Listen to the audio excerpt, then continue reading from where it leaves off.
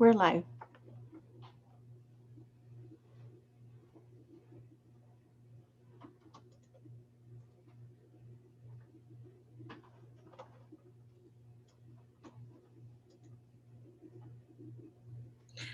All right, do you want us to go ahead and let everyone in or not? I'm sure most people will be on YouTube, but I guess we should just get started then.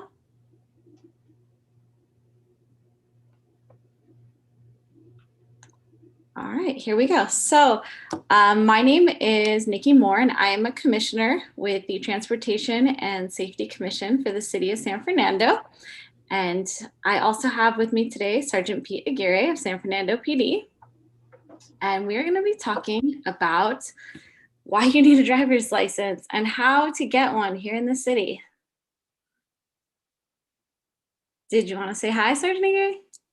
Yeah, hi everybody. Hopefully we'll have some time for people that are on here live to ask some questions, but I think it's going to be really helpful in terms of addressing some questions, some prevailing questions, and maybe dispelling a few myths. All right.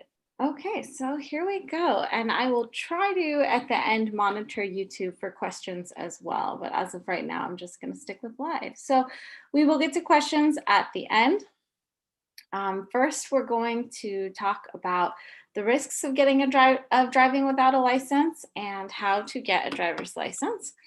And then we're also going to talk about some information about licenses for undocumented Californians. Oh, and I wanted to, just give me 1 second. I want to share this in the chat for anyone who would prefer this information in Spanish. I will go ahead and drop this in the chat. So there is the Spanish version of the presentation, and I will also share this presentation in English as there are clickable links that we can share along with that.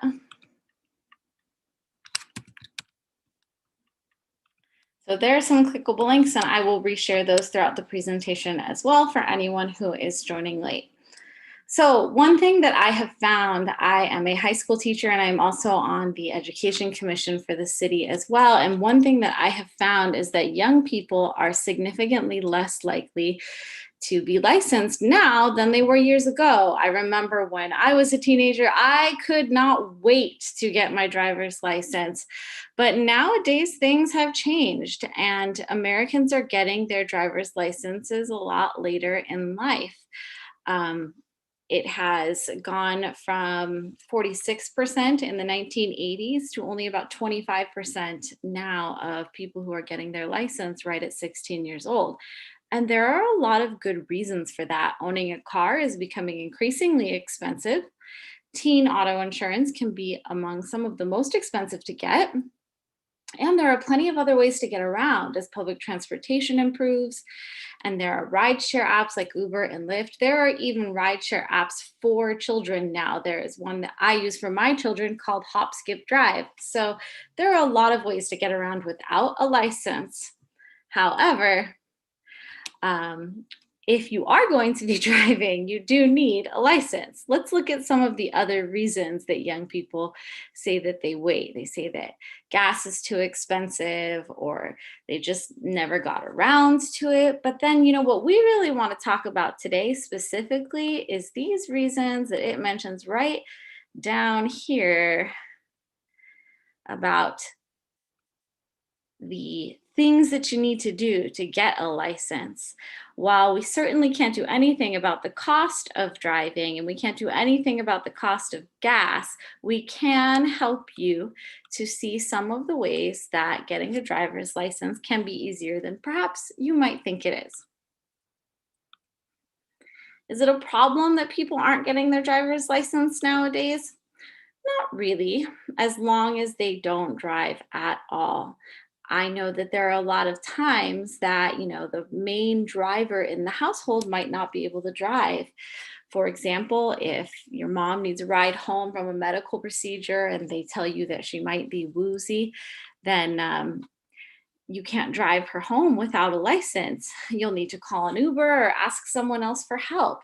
Or if you are 21 years old and you're out with your friend and your friend's had 2 drinks and you're thinking, she really shouldn't drive home, but you haven't had anything to drink. If you're not licensed, you can't take her car. It really is best just to leave the car there and take an Uber. If you don't have a driver's license in the state of California, you really can't drive at all. There are just a lot of risks of driving without a license. The first is that it is a $1,000 citation if you are pulled over for driving without a license. The vehicle you are driving when you get pulled over will get impounded as well. That means that the police that pull you over will take your car. And there are additional costs to getting it out. Plus, when you go to court to try to deal with the fees that are associated with it, you could end up having to pay a lot of money in court fees and lawyer fees just to try to minimize the amount of consequences for making the decision to drive without a license. Even if you think it was just once, it was just a few blocks, it's just too risky. You never know what could happen. You could be arrested and charged with a misdemeanor. The penalty for driving without a license can be $1,000 and 6 months in jail. And, those things also increase over time if you can't pay them right away. If you are too young for a license, so if you're 15 years old and you hop in the car and drive it around and you get pulled over for that, the judge can actually delay the time you're eligible to get a license. You can have a suspended driver's license before you're even old enough to actually apply for a driver's license. If you hit someone, you'll be financially liable for all of the damages because you can't get insurance, and your parents' insurance typically won't cover someone who wasn't supposed to be driving that's, not going to have a license. Plus, when they arrest you, they're going to impound your car, which is going to create problems for everyone in your family when the family car is impounded. Here's some other information that I found really interesting that I thought might inspire some young people to actually consider getting it sooner rather than later, even if they're not going to drive every day, even if they're not going to buy a car. Drivers who obtain their driver's license older in their young adult years are actually more likely to receive traffic tickets. There was a study done in Washington State, and I believe this was 2012, that they looked at a number of people and how many citations that they had received, how many traffic tickets, speeding tickets, red lights tickets, rolling a stop sign, any of those little infractions that, are common on a daily basis. And the older someone was when they applied for their first driver's license, the more likely they were to get more tickets. And it actually peaked right around like 18 to 20 years old, which tends to be when people apply for their license if they don't apply when they're a teenager. So I think it is kind of an advantage to consider that if you get it younger, you are going to maybe have more years driving with a parent in the car. You're going to have shorter drives before you're needing to drive to work every day. And you get the benefit of that extra experience. And the longer you've been driving, sometimes you can get cheaper insurance as you establish a good driver record. So now let's get to the meat of this. How do you get that driver's license? Before I go on though, Sergeant Aguirre, did I mix anything up there? I know this isn't my area of specialty. This part's kind of yours. No, that was all actually perfect. That was great information, and at this point in my career, I've contacted thousands of drivers, and an alarming number of them don't have a driver's license. And very often I'll ask why they don't have a license, and it's almost always something off that list that you showed earlier, which is, I just haven't gotten around to it, or I don't have a car, but they'll be driving someone else's car, and then that car is subject to impoundment, which, like you've said, creates a lot more problems than the temporary inconvenience of just driving very quickly, to get somebody somewhere. So yeah, it's there's almost no downside and only upside to getting a driver's license as early as possible.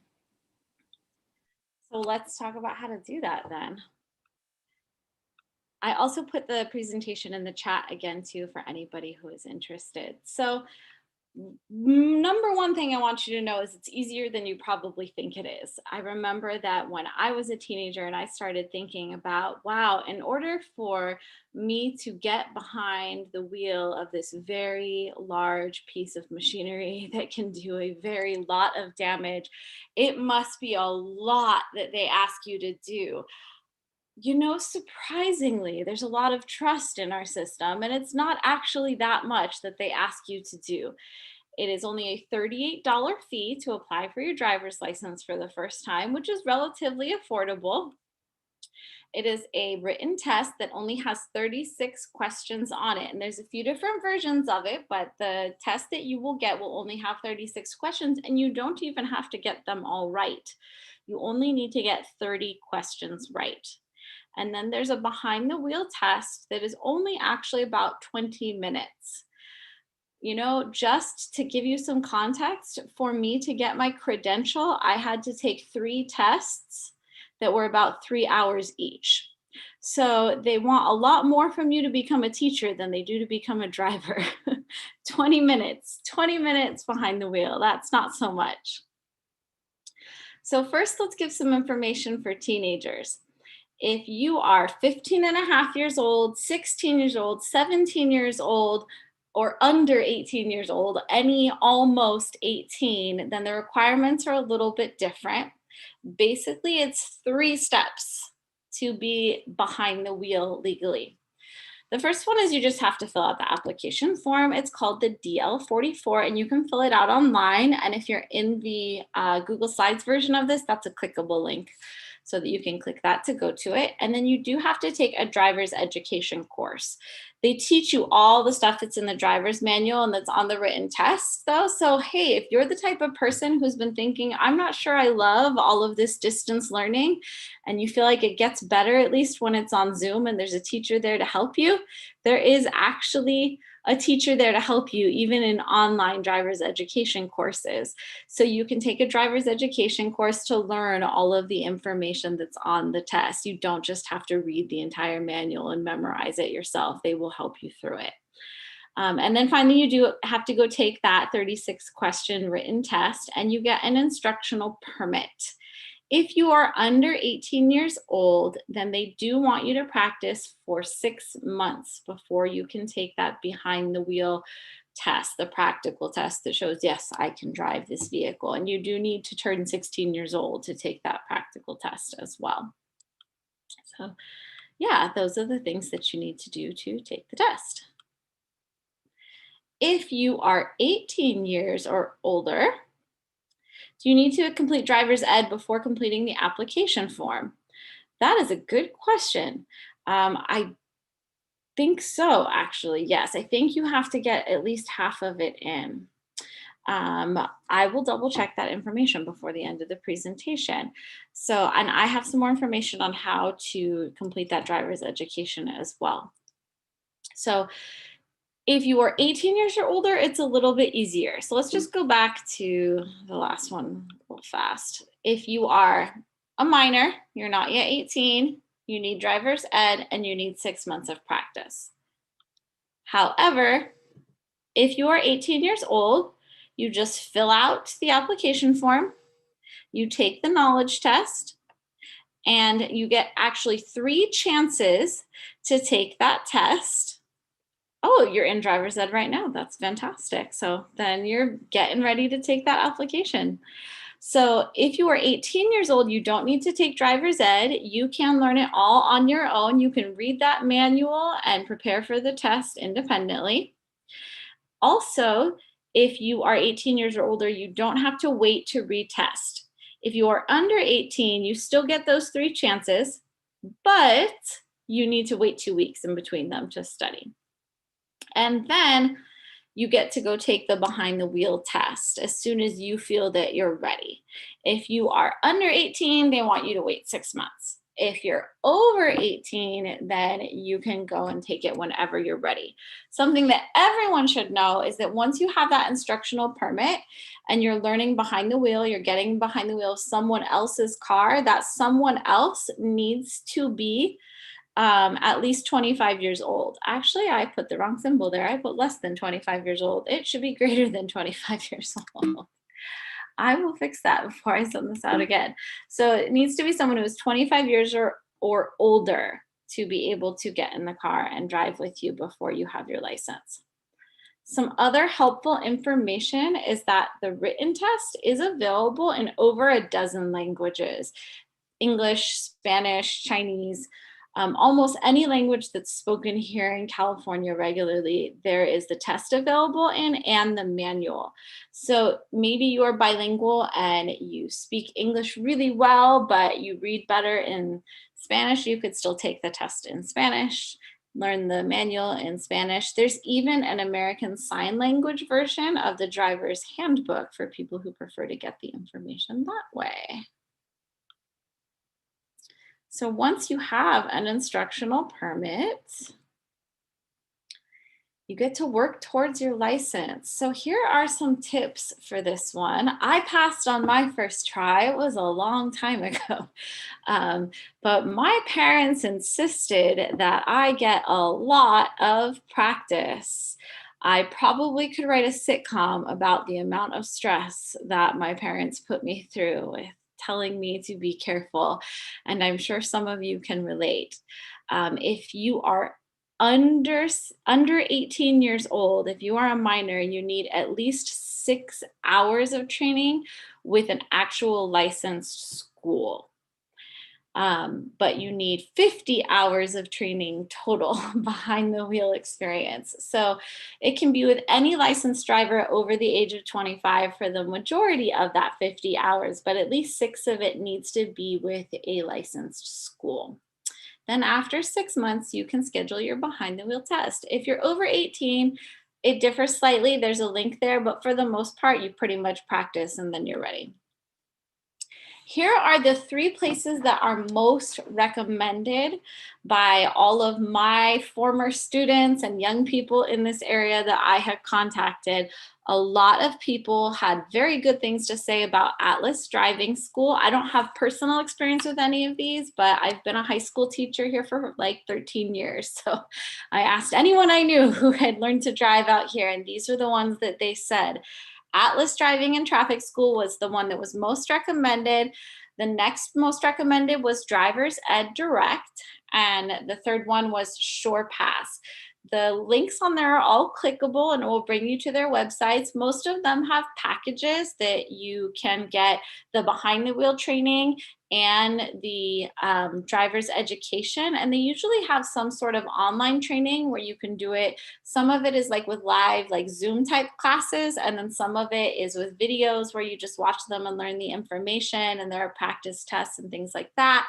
Some of them do still offer some in-person classes, not during COVID, but we're getting to that point again. So there are various ways that you can get the training. And these are the top 3 in our area.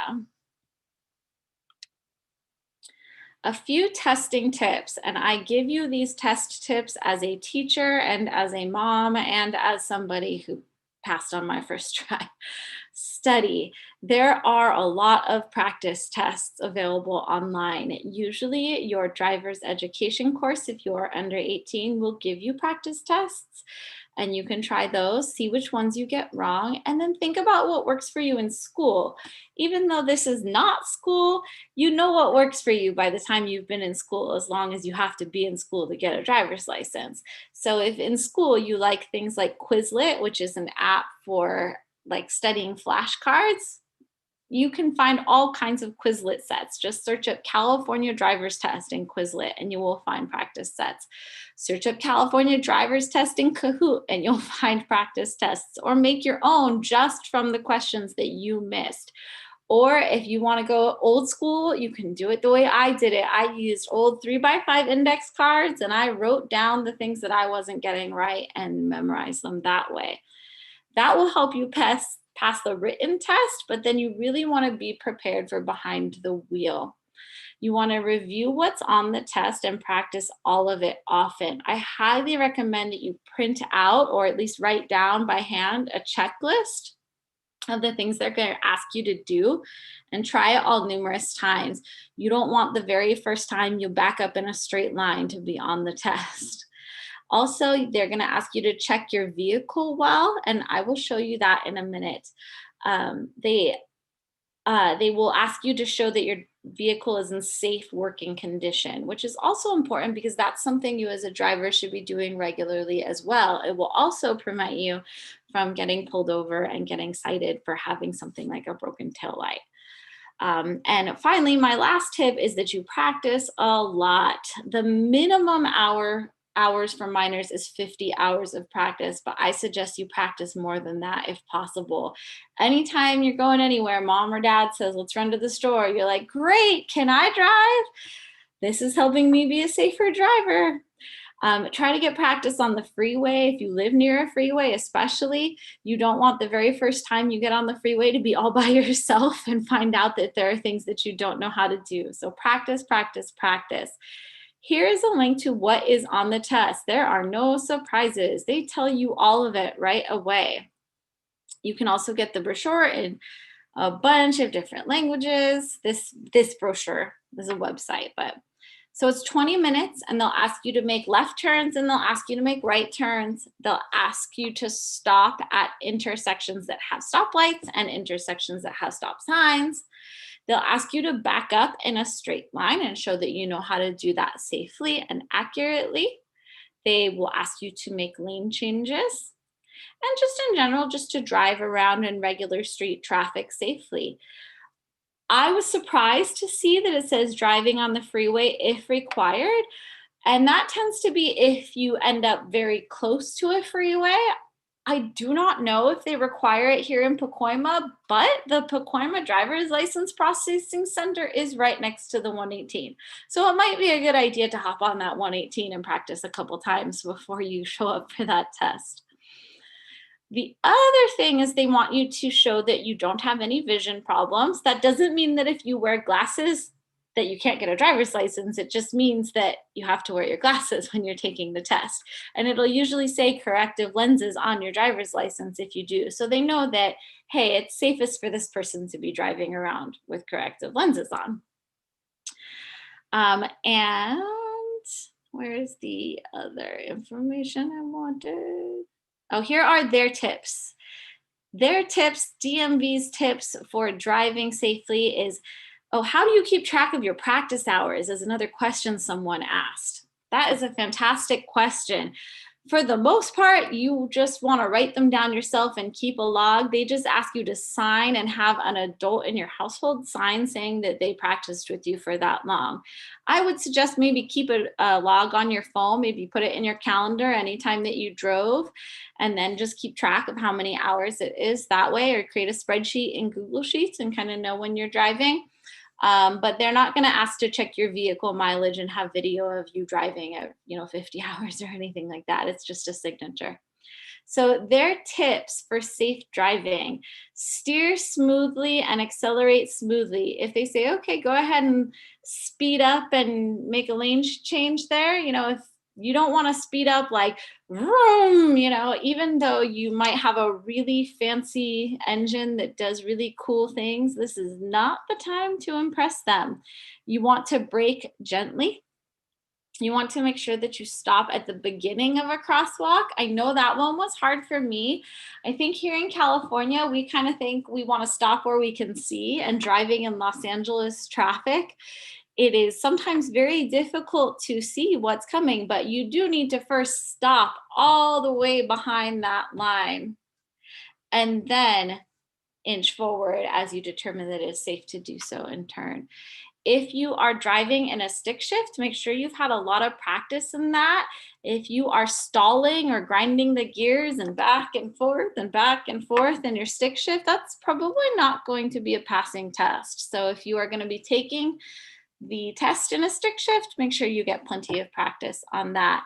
Also keep in mind that when speed limits are posted, that a speed limit is considering typical conditions, but typical conditions sometimes change if it's raining. If you end up having to take your driver's test on a day when the streets are wet, that happened to me. I took mine in January and it actually had just rained.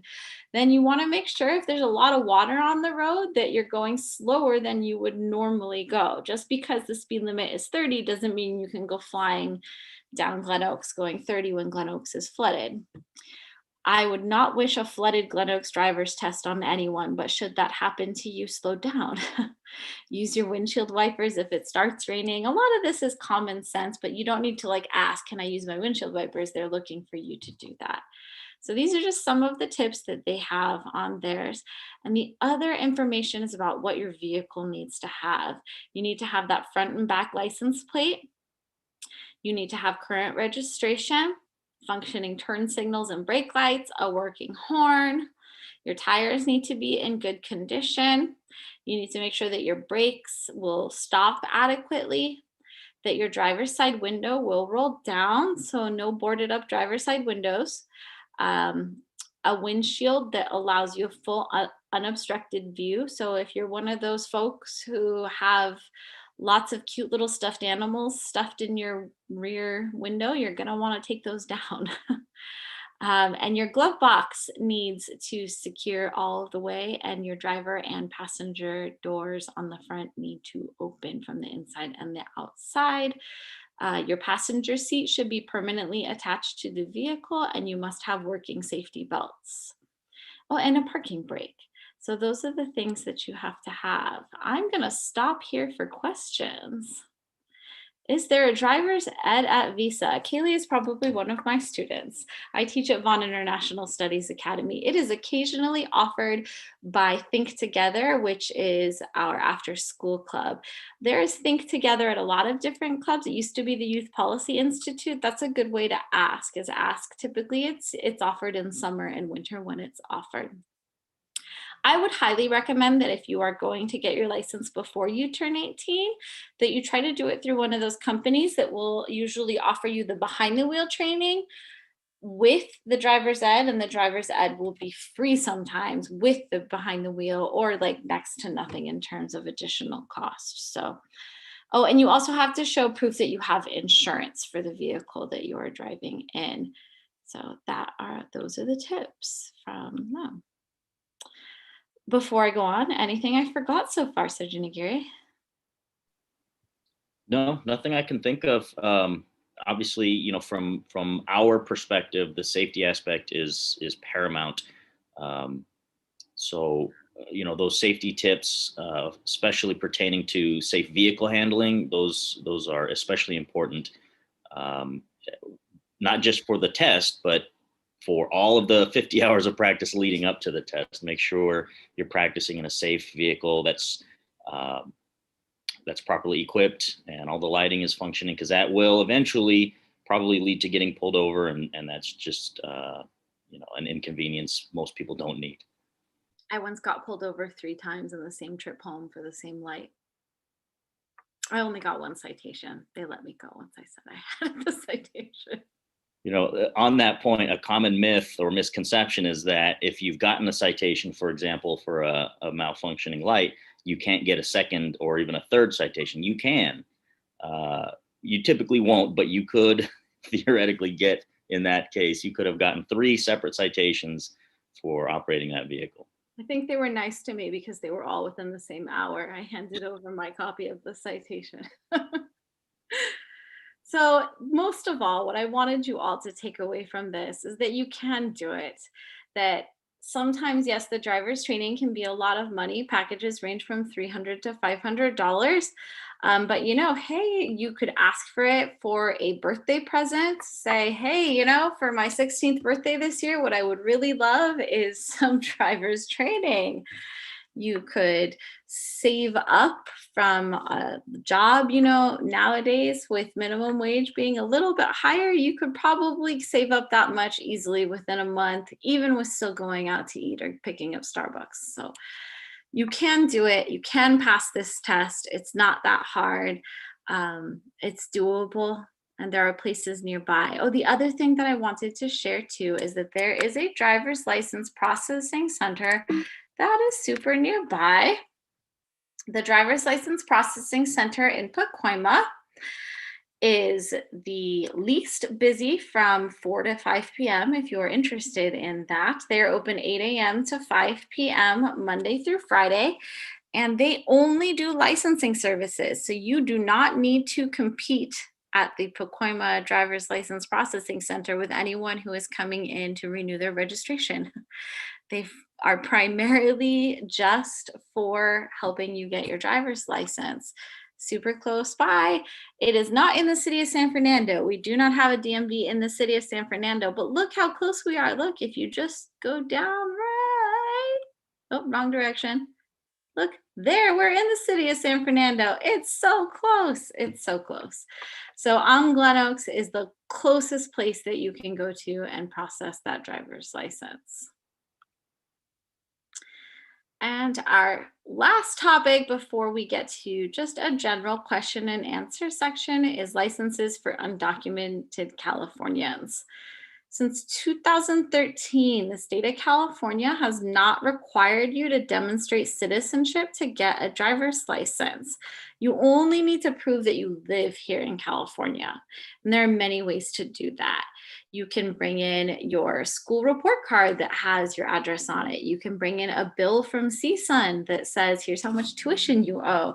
You can bring in a utility bill if you pay for your lights or your gas bill. You can bring in a medical document like your Kaiser Permanente bill. You can bring in your insurance card that shows that it's to that address for your driver's insurance, or for, well, you have to have a license to get driver's insurance, but for any insurance, for your home insurance or renter's insurance.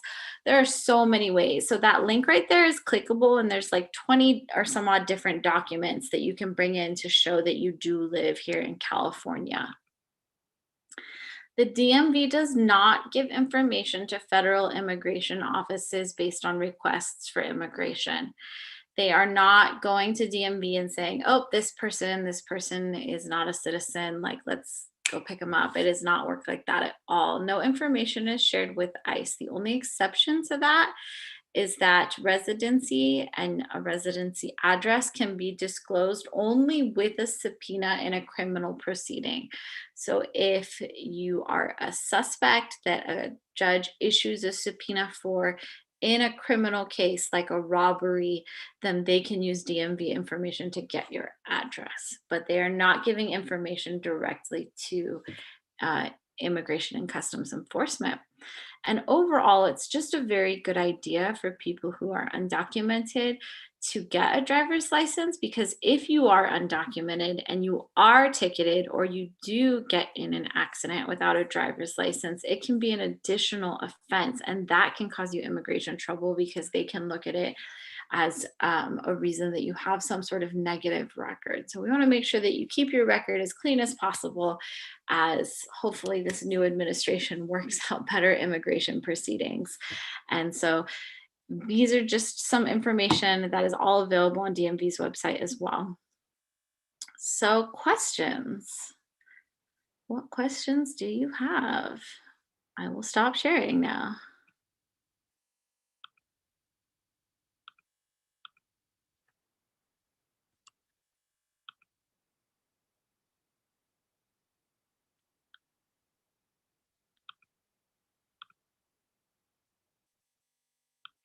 I'm going to check the YouTube for questions as well.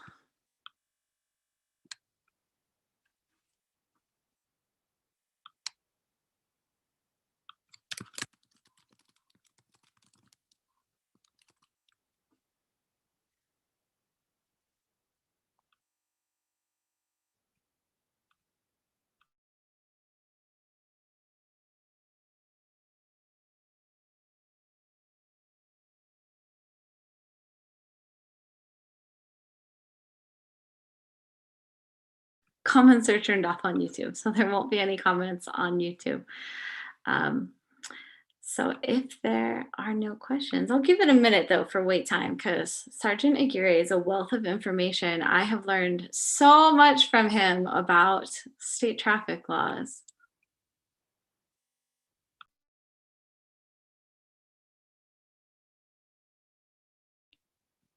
While we're waiting to see if there are any questions, I did want to talk briefly about the issue of being undocumented. Um, Local and state law enforcement also does not uh, ask for or have any investigative interest in residency status. So even if you are pulled over, whether or not you're a documented immigrant, it's not going to have any bearing on the criminal proceedings at the state level. And I know that's a lot of a concern, especially in Southern California, and people have this this sort of misunderstanding that all law enforcement are concerned with immigration status. That's not the case, and it's not going to have any bearing. Really, what we are concerned with is, do you have a valid driver's license and insurance? So there aren't any immigration concerns when it comes to driving at all. Okay, there was a great question on YouTube, which was how do you apply for driver's training? So driver's training is actually a course that you sign up for. Oh, for the driver's test, great. So to sign up for the driver's test, you would go to the DMV website and you will look at, let me show you that actually, pull that up.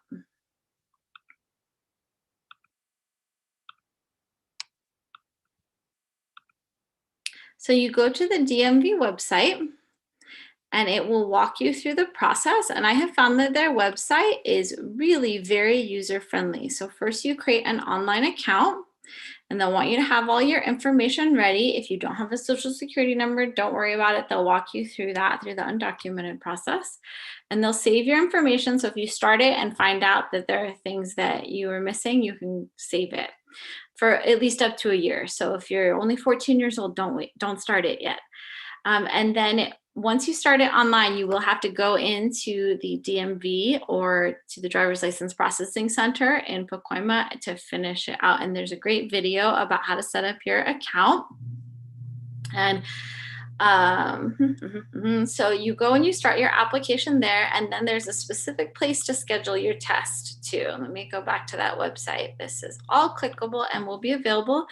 You can email the email address that was on the flyer to get access to this information, which is available in English or in Spanish. So when you go to the website, you click schedule the behind the wheel test, and it brings you to the California DMV appointment system. So you can pick from the map, but the map is kind of confusing and a little overwhelming. So I suggest you just use the drop-down list. Arleta is the closest big major DMV where they do everything. But if you want to do it at the Driver's License Processing Center here in Pacoima, DLPC stands for Driver's License Processing Center. So you would click that and you're going to click automobile. And if you are trying to get a motorcycle license, you do have to take a special course, which I know nothing about, so I won't speak anything about that. And it will ask you for your permit number. That you get, it ends up being, I think, the same exact number that is your number when you get your driver's license. And you put the information that's on your actual permit in right there. And then it will ask you to pick a time to schedule your driver's test. So that is how you do that, is on that website right there, the DMV website. So I will put that link in the chat as well, so you can check that out. You can't actually schedule it until you have a permit. Once you have a permit and you have done the behind the wheel, then you can go ahead. Once you have your permit and you have done your driver's training course and you've put in all of your hours, then you can go and you can schedule your driver's appointment for your behind the wheel test. So in order to take the training, all of these different websites have different places. I suggest calling them to talk them through the training. They usually have you do the training in their car. They have a special car that allows them to brake if you forget to brake and things like that. They'll usually come pick you up and drive you around town, or rather you'll drive them around town. But you don't have to have a car or own a car yet, because they're going to want you to do it in their car. So this goes through all of their services. They have the driver's ed online that you can do their online version. And they also have driver's training. So I would suggest that you call them and they will give you the different information. A lot of them offer bigger packages that have more behind the wheel training as well. I know that, for example, AAA, like the Automobile Association, they have one that is 10 hours. And I think that they give you a little bit of a discount on insurance through them if you do that or something like that. But I can't verify that information. So there you go. Any other questions before we wrap up here?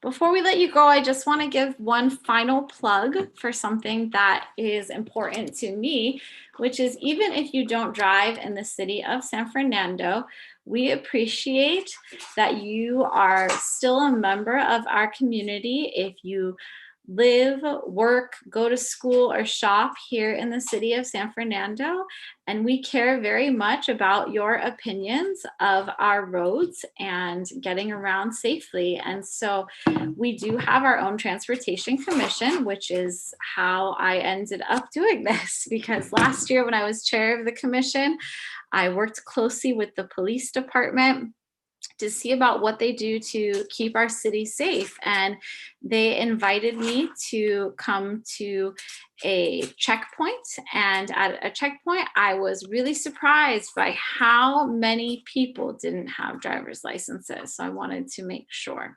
How much does it cost for just behind the wheel training? It really, it varies on the company and what they're offering at the time. It is in the range of somewhere between $300 to $500 for just the behind the wheel training. Sometimes you can get coupons and negotiate. My teenage son is making faces at me about that $300 to $500. No, I'm just trying to be quiet. AAA does have driver's training as well.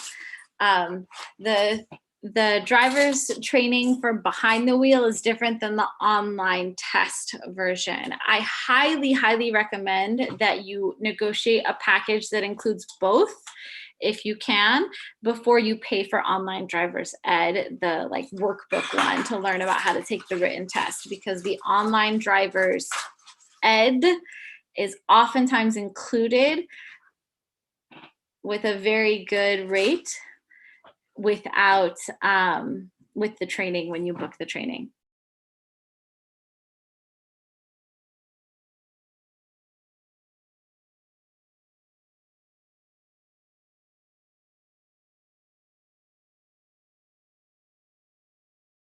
So we do have a commission. That's what I was saying. Sorry. We have a Transportation and Safety Commission. And we have meetings once a month. We meet the first Wednesday of every month. So if you want to come and see our meetings, we stream them on our city YouTube channel. So if you are watching on the YouTube channel right now, then City of San Fernando said that they think Atlas charges $273 for their just behind the wheel. So that is a really good deal. So you can come to our Transportation and Safety Commission meetings on Zoom. You can email us public comment. You can watch us on YouTube, and we care very much about the things that are going on in terms of safety in our city. We're even doing walking and biking audits coming up soon. You can get more information about those on the City San Fernando website, because we want everyone, drivers and walkers and people who ride their bikes here in the city, to feel safe.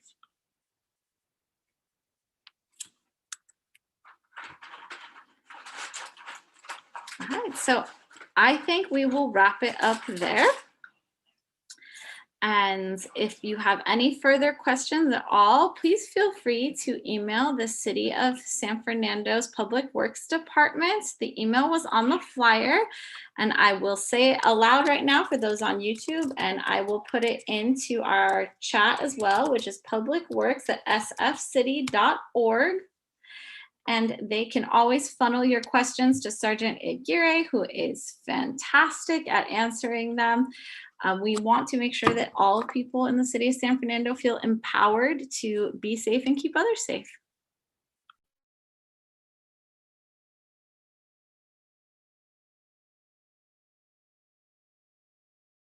All right, thank you, everyone. Have a wonderful night.